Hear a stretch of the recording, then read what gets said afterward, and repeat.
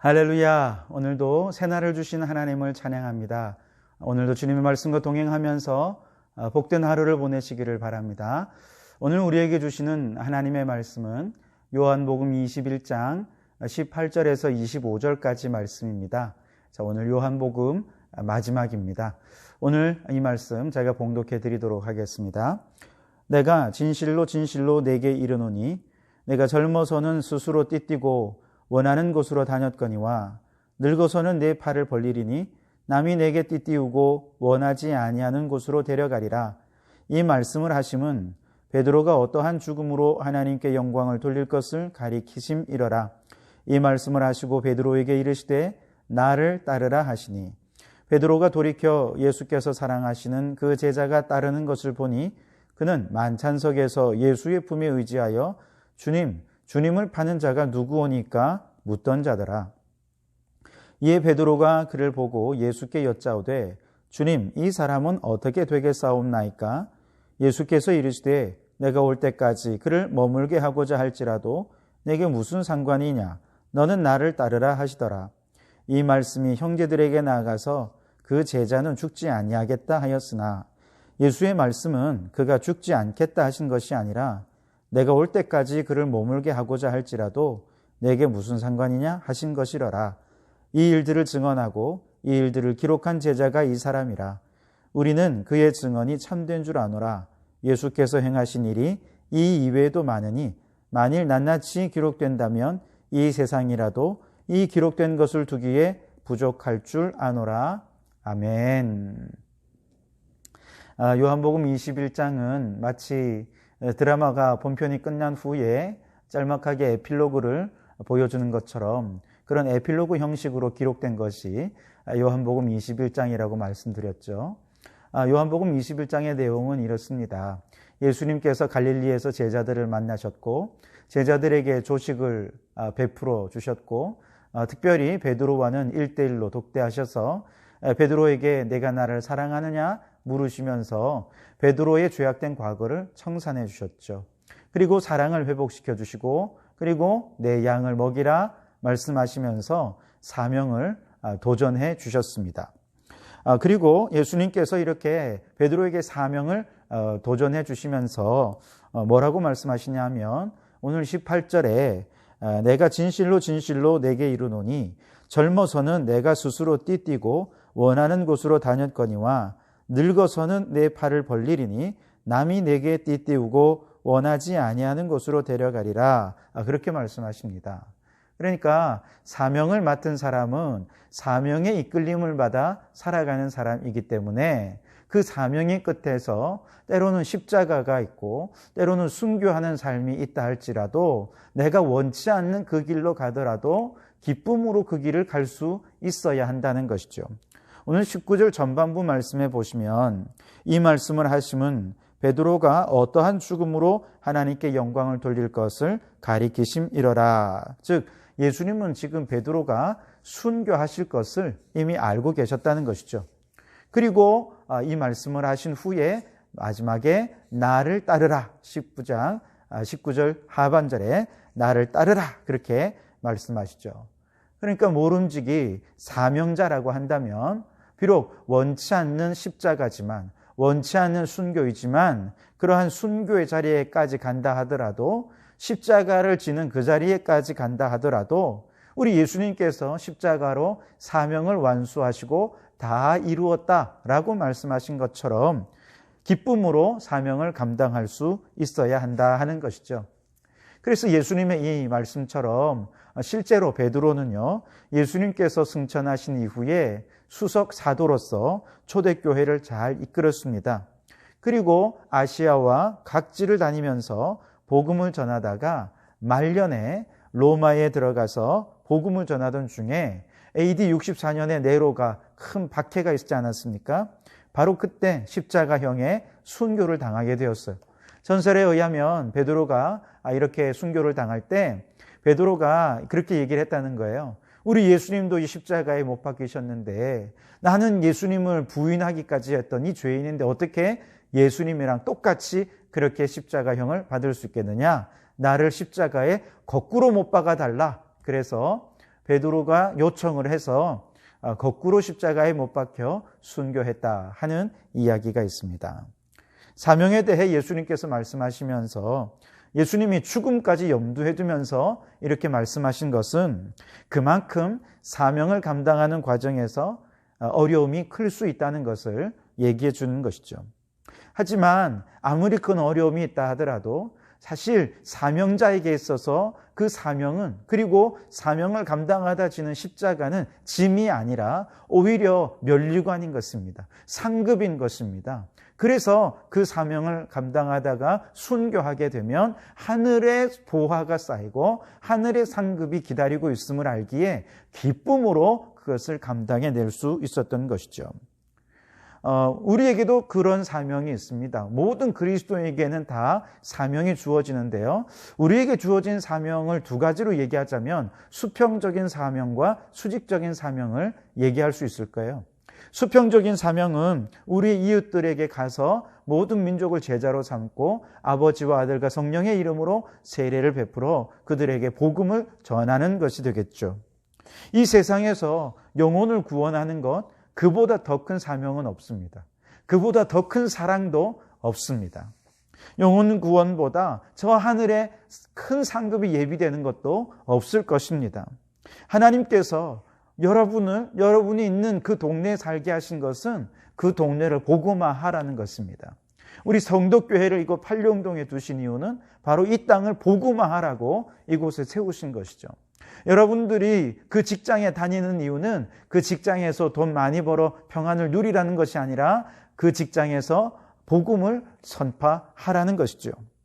이것이 우리에게 사명이라는 것이죠. 모든 곳에서 하나님께서 우리에게 주신 이 사명을 감당할 때 때로는 십자가도 있고 심지어 순교에 각오까지 하면서 그 일들을 감당한다면 우리는 그 사명을 통해 정말 하늘의 큰 축복을 누릴 수 있게 될 것이라 하는 것입니다. 그리고 또한 하나님께서 우리에게 주신 두 번째 사명은 수직적인 사명이죠. 후대의 믿음을 전하는 사명, 바로 그것을 말하는 것입니다. 시편 78편 4절에 우리가 이를 그들의 자손에게 숨기지 아니하고 여호와의 영예와 그의 능력과 그가 행하신 기이한 사적을 후대에 전하리로다. 아멘. 올해 우리 교회 주제 성구가 아닙니까? 믿음을 후대에 전하는 교회입니다. 신앙적인 이 정체성을 후대에 전하기 위해서 신명기 6장의 쉐마의 말씀을 우리는 기억해야 됩니다. 먼저는 부모님이 여호와 하나님을 유일한 하나님으로 섬기며 그 하나님을 사랑할 수 있어야 됩니다. 하나님께서 우리에게 주신 말씀을 늘 마음판에 새기며 신앙의 모범을 보일 수 있어야 되죠. 그리고 그 다음에 부지런히 자녀들을 가리키는데 길을 갈 때나 집 안에 있을 때나 누워 있을 때나 또 서 있을 때나 어떤 모습이든지 모든 일상의 상황, 일상의 삶을 통해서 우리의 자녀들에게 이 복음을 전파하라, 전수하라, 그렇게 말씀하신 것이죠.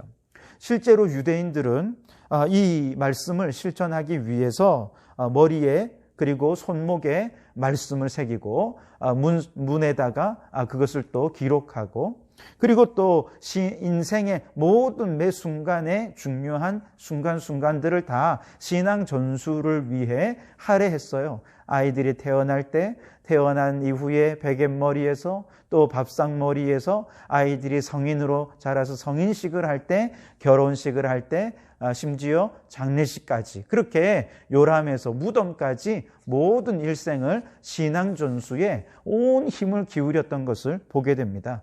그랬을 때 2000년 동안 이 백성들이 나라를 잃고 디아스포라로 흩어져 살 동안에도 그들은 신앙적인 정체성, 민족적인 정체성을 잃지 않고 후대의 믿음을 전할 수 있었던 것이죠. 여러분, 역사상 많은 사람들이, 우리 개신교, 특별히 우리 개신교의 역사상 많은 사람들이 복음을 전하는 사명을 위해서 순교한 사람들은 많이 있습니다. 그러나 그 과정에서 안타깝게도 정작 자신의 집 안에 있는 자녀들에게 생명 걸고 복음을 전한 선교사들은 그렇게 또 많지 않습니다. 어쩔 수 없이 우리의 자녀들은 복음의 사각지대에서 희생당하고 또 그렇게 희생되는 것을 소홀히 여겨지는 것을 당연시하고 또 어쩔 수 없는 것이라 여겼던 것이 지금까지 우리의 모습이었던 것이죠. 그러나 그러다 보니 정작 우리의 자녀들에게 믿음을 전수하는 이 일에 소홀했고 우리의 자녀들이 방황하게 되는 자녀들이 참 많이 있었던 것도 사실이고 오늘날 그 일들을 제대로 못해서 교회에서 우리의 자녀들이 우수수 떨어지는 그런 믿음을 잃어버리는 모습들을 우리는 직면하게 되는 것이죠. 이제 우리가 해야 할 사명은요, 마치 선교사님들이 해외에 나가서 우리의 이웃들에게 복음을 전하는, 정말 생명 걸고 복음을 전하는 것처럼 우리가 우리의 자녀들에게 그렇게 생명 걸고 복음을 전해야 되겠다. 우리의 자녀들을 나의 제자로 삼아야 되겠다. 우리의 자녀들에게 이 믿음을 흘려보내는 것을 나의 일생의 사명으로 삼아야 되겠다. 여러분, 이런 각오를 가지고 순교적인 각오로 우리의 자녀들을 가정에서 양육할 수 있다면 아마 우리의 자녀들이 훨씬 더 믿음이 굳게 설 수 있게 될 것이고요. 이 세속화된 도시 가운데서 굳건한 믿음으로 살아가게 될 것입니다. 그럴 때 천대까지 복이 임하게 될 줄 믿습니다. 자, 그리고 계속해서 보시면요. 20절에 예수님과 베드로가 이제 갈릴리 바닷가를 거니는데 여기에 예수님이 사랑하시던 제자도 함께 걷고 있습니다. 그 제자의 이름은 바로 이 글을 쓰고 있는 요한이죠. 그런데 문득 베드로가 예수님께 이런 질문을 합니다. 21절에 보면 주님, 이 사람은 어떻게 되겠습니까? 그러니까 예수님께서 내가 올 때까지 그를 머물게 할지라도 네가 무슨 상관이냐? 너는 나를 따라라. 이렇게 말씀을 하시죠. 이 글을 굳이 기록해야 될 분명한 이유가 있었습니다. 왜냐하면 당시 요한에 대해서 많은 사람들이 예수님이 재림하실 때까지 요한은 안 죽을 거야 라고 하는 그런 유언비어가 퍼지고 있었거든요. 그런데 당시에 이미 요한은 나이가 많았고 죽을 날이 얼마 남지 않은 상황이었습니다. 자, 그런 상황에서 예수님이 재림하실 때까지 요한이 죽지 않는다, 이렇게 얘기를 해버리니까 이게 굉장히 큰 시험거리가 될 수 있거든요. 만약에 요한이 죽었는데도 예수님이 재림하지 않으면 이 초대교회의 신앙이 굉장히 흔들리게 되지 않겠습니까? 그걸 사실로 믿었던 사람들에게. 그래서 오늘 이 말씀을 통해 요한은 이 부분에 대해 해명을 하는데 예수님의 입을 빌어서 아주 분명하고 정확하게 얘기를 합니다. 예수님께서 말씀하셨어요. 내가 올 때까지 그를 머물게 할지라도 내게 무슨 상관이냐? 너는 나를 따르라. 즉 요한은 예수님이 재림할 때까지 안 죽는다는 것이 아니라 예수님이 이렇게 재림할 때까지 그를 살려둔다 하더라도 그건 너하고 아무 상관이 없다. 그러니 너는 사명에 충실해라. 너는 깨어 기도하고 깨어 사명 감당하는 일 더 충성해라. 이렇게 예수님께서 말씀하신 것이지 내가 예수님 오실 때까지 죽는 거 아니야, 안 죽는 거 아니야, 이렇게 지금 해명을 하고 있는 것이죠. 그래서 여러분, 우리가 이 말씀 보면서 우리의 신앙생활이 이렇게 추측이나 혹은 뜬소문에 의지해서 신앙생활을 한다면 아주 큰 낭패를 당할 수 있다는 거예요. 실제로 수많은 사람들이 예수님의 재림의 때를 예언을 하지 않았습니까?